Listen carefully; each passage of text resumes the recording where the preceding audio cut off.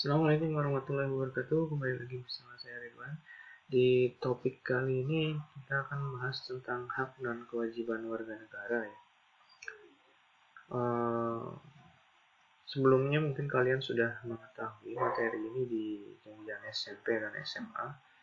Tapi yang perlu kita pahami bagaimana pemberian hak dan kewajiban itu bisa kita implementasikan dengan baik dalam kehidupan bermasyarakat sebagai modal menjadi warga negara yang baik.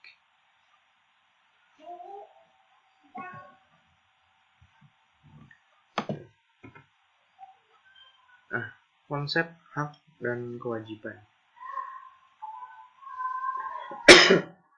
Sebenarnya kita harus bicara dulu tentang histori.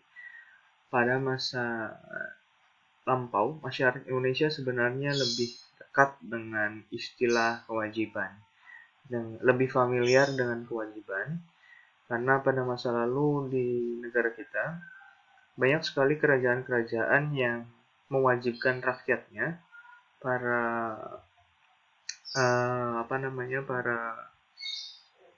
rakyat dari setiap kerajaan itu untuk patuh terhadap titah-titah dari raja. Sehingga muncul istilah kewajiban dan rakyat kita, bangsa Indonesia, pada masa itu lebih mengenal istilah kewajiban daripada hak. Nah, kemudian sejarah mencatat bergurirnya waktu akhirnya muncul gagasan-gagasan yang tidak menginginkan adanya lagi penindasan yang berlebihan terhadap rakyat. Sehingga muncul beberapa pemikiran yang dilakukan untuk mencegah perintah-perintah yang tidak sesuai dengan hak rakyat misalkan, atau juga tidak sesuai dengan keinginan rakyat dan dianggap berlebihan, atau bisa dikatakan suatu penindasan. Akhirnya muncul juga kesadaran akan pentingnya hak asasi manusia itu sendiri, dan itu bergulir sampai masa penjajahan ya, dan akhirnya dirumuskan pula, dibuat oleh dibuat dalam buku Multatuli, Max Havelaar, yang di situ menceritakan tentang kekejaman ya para penjajah dan orang-orang Belanda khususnya yang melakukan penjajahan di Indonesia secara paksa. Oke, kesadaran itu akhirnya muncul kesadaran tentang hak, termasuk juga hak untuk merdeka. Maka organisasi-organisasi modern ketika zaman penjajahan yang diawali tahun 1920-an itu membentuk suatu konsepsi baru tentang hak asasi manusia. Sayangnya dalam perkembangan berikutnya HAM di kita dianggap terlalu hak asasi ya, hak itu lebih dinilai terlalu berlebihan, sehingga ada ketimpangan antara kesadaran tentang haknya tapi kewajiban yang harus dilakukan yaitu kadang-kadang luput dilakukan. Nah, ini yang menjadi masalah bagi kehidupan kita. Oke, kita berbicara tentang hak. Hak asasi manusia adalah kuasa untuk menerima atau melakukan sesuatu yang semestinya diterima atau dilakukan oleh pihak tertentu dan tidak dapat oleh pihak lain manapun juga yang pada prinsipnya harus dapat dituntut secara paksa olehnya.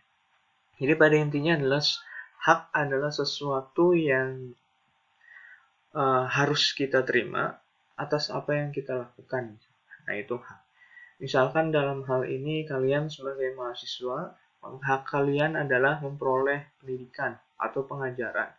Adanya wabah misalkan, maka tetap ada pembelajaran tapi berbasis media lain, tidak tatap muka, menggunakan teknologi. Nah, itu bagian dari hak, karena kalian sudah memberikan kewajiban berupa membayar SPP, berupa membayar uang masuk kuliah, maka kalian mendapatkan hak kalian untuk bisa mendapatkan pendidikan yang layak. Dalam hal ini melalui pembelajaran jarak jauh.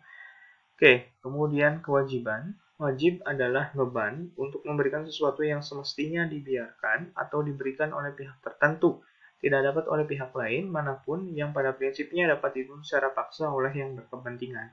Kewajiban dengan demikian merupakan sesuatu yang harus dilakukan. Otonegoro ya, tahun 1975. Jadi intinya kewajiban adalah sesuatu yang harus dilakukan. Ketika kita melakukan suatu kewajiban, biasanya ada irisan. Nanti kita bahas di sana. Tapi pada intinya kewajiban adalah sesuatu yang patut kita terima atau sebagai apresiasi atas apa yang kita lakukan. Ya. Oke, kewajiban adalah sesuatu yang harus dilakukan, bukan diterima.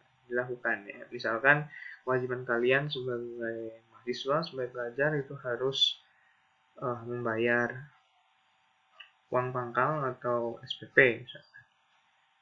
Oke, itu selanjutnya. Nah, ini ada sejarah perkembangan hak asasi manusia. Yang pertama ada Magna Carta ya, tahun 1215. Nah, Magna Carta ini menjadi titik awal adanya hak asasi manusia di dunia, di mana pada saat itu piagam perjanjian antara Raja John Inggris ya dengan para bangsawan. Isinya adalah pemberian jaminan beberapa hak oleh raja kepada para bangsawan beserta keturunannya. Nah, sebenarnya secara sosiologis ini mirip-mirip dengan berbagai negara-negara di dunia, karena pada awalnya negara-negara di dunia masih menggunakan sistem kerajaan, monarki. Bahkan Inggris sampai sekarang masih memegang sistem monarki konstitusional. Artinya meskipun mereka masih menjalankan sistem kerajaan, tapi mereka sekarang berdasarkan hukum dan ada peran dari Magna Carta itu sendiri. Kemudian Revolusi Amerika tahun 1276, perang kemerdekaan rakyat Amerika melawan penjajah dari Inggris ya, disebut sebagai Revolusi Amerika. Nah, ini bisa dikatakan sebagai titik balik perlawanan rakyat Amerika terhadap penjajahan yang dilakukan oleh bangsa Inggris. Karena kita tahu bahwa Inggris merupakan salah satu negara yang kuat, sehingga pengaruhnya luar biasa besar. Kita mengenal bahasa internasional juga bahasa Inggris, karena mereka dikenal sebagai bangsa yang sering melakukan penjajahan ya di berbagai negara di dunia. Kemudian dilanjutkan Revolusi Prancis tahun 1789.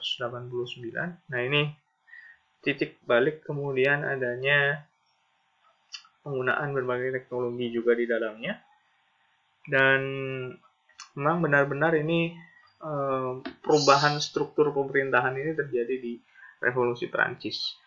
Ada beberapa tuntutan dalam Revolusi Prancis itu. Yang pertama adalah kebebasan untuk beragama, freedom of religion. Kemudian kebebasan untuk berbicara dan berpendapat, freedom of speech. Kemudian kebebasan dan dari kemelaratan, freedom from want. Kemudian kebebasan dari ketakutan, freedom from fear.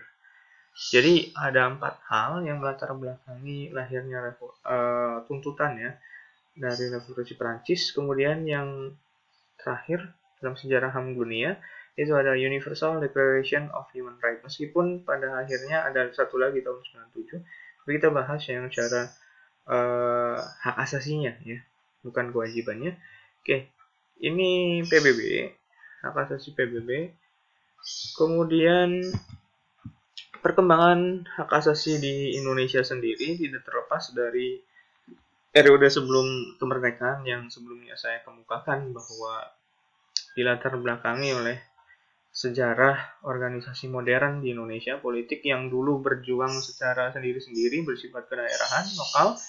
Kemudian tahun 1908 sampai 1945 itu mulai muncul organisasi-organisasi politik modern. Dalam hal ini adalah sifat organisasinya lebih terstruktur, kemudian bersifat nasionalis, menggunakan cara-cara yang ideal, yang pintar ya, karena banyak di tahun ini banyak muncul orang-orang yang sudah terdidik, sehingga munculkan kesadaran untuk berbangsa yang berdaulat, adil, makmur, dan sesuai dengan tujuan negara Indonesia. Kemudian tahun 1945 sampai sekarang ini tidak terlepas dari adanya peristiwa tahun 98, di mana waktu itu terdapat kerusuhan karena masa pemerintahan kita pada masa Orde Baru diwarnai dengan berbagai hal yang kurang begitu mengenakan ya, karena rakyat seperti terkekang. Akhirnya muncul peristiwa tahun 98 yang menjadi awal adanya reformasi di Indonesia. Oke, kemudian ini perbedaan perkembangan kewajiban di dunia. Ada perbedaan antara budaya Barat dengan budaya Timur. Kalau di Barat, mereka menjunjung tinggi kebebasan dan individualis, cenderung individualis. Kalau di Timur, kecenderungannya adalah mementingkan tanggung jawab dan komunitas. Jadi, dengan kata lain, kalau di Barat, mereka menjunjung tinggi kebebasan seseorang karena negara tidak bisa masuk untuk mengontrol atau membatasi perilaku individu. Seperti, maka ini mempengaruhi juga norma ya atau etika. Di Barat mereka bisa bisa segala sesuatunya sesuai dengan keinginan mereka. Misalkan, mohon maaf, saya beri contoh, misalkan gaya menjalin hubungan ya, di Barat mereka lebih cenderung bebas sehingga apapun yang mereka lakukan dengan pasangannya itu tidak dianggap sebagai sesuatu yang melanggar norma karena mereka memang menjunjung tinggi kebebasan dan cenderung individualis. Berbeda dengan di Timur, di kita konsep tanggung jawab dan komunitasnya lebih dominan. Artinya kalau misalkan ada orang yang kemudian tidak sesuai dengan perilaku yang sesuai dengan norma, seperti pacaran tadi, apalagi di tempat umum, kemudian diketahui orang, katakanlah kumpul kebo, maka orang-orang akan marah karena memang komunitas lebih dominan dan mereka harus menghargai etika dan norma-norma dasar yang hidup di negara Timur, dan tentu berdasarkan agama ya. Oke, hubungan timbal baliknya ini. Hak dan kewajiban warga negara merupakan wujud dari hubungan warga negara. Hak dan kewajiban bersifat timbal balik, bahwa warga negara memiliki hak dan kewajiban terhadap negara, sebaiknya negara memiliki hak dan kewajiban terhadap warga negara. Kita memiliki kewajiban untuk membayar pajak, misalkan. Tapi negara juga memiliki kewajiban untuk menjamin adanya keselamatan bagi para pengendara dengan adanya fasilitas yang memadai di jalan. Itu diatur dalam undang-undang mulai pasal 27 sampai 34.